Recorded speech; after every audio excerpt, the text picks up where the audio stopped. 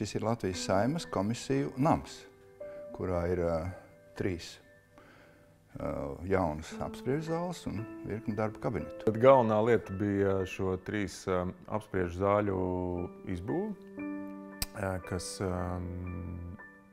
vienlaicīgi bija jāapvieno ar vēsturiskās mājas atjaunošanu.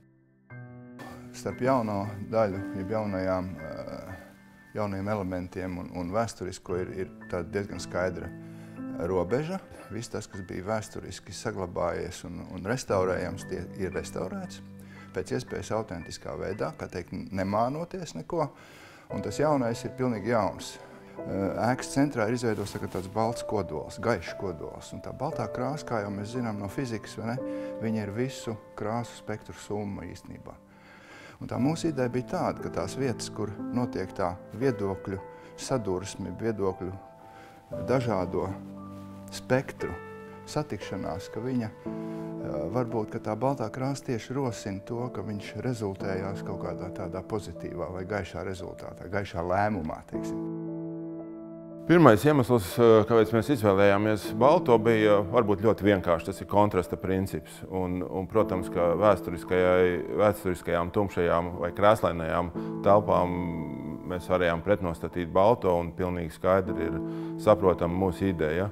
Bet lielākās grūtības bija tieši funkcionālās, jo programma šai ēkai bija ļoti plaša un tad notika tāda centimetru bīdīšana un beigās tiešām liels prieks, ka izdevās to sakārtot.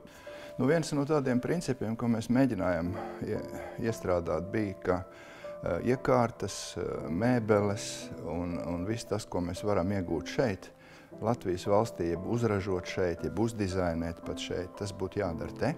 Un lielā mērā tas ir izdevies, jo, piemēram, šie krēsli apspriežu telpās un vispār krēsli un mēbeles un pat individuālās mēbeles, viss ir darināts Latvijā. Saglabājot caurspīdīgumu, vajadzēja tomēr atrast veidu, kā mazināt to ārtelpas ietekmi uz šo darba telpu. Un tad parādījās šīs matētās līnijas uz stikliem, un, lai tās atdzīvinātu, mēs iesaistījām arī vēl tādu ornamenta motīvu.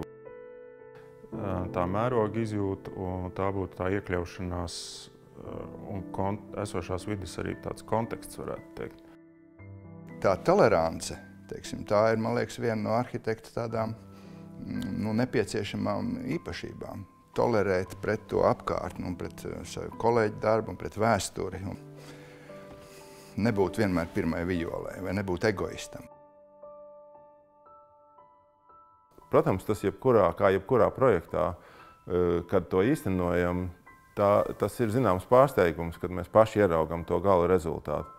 Bet šī gadījumā tas bija patīkams pārsteigums.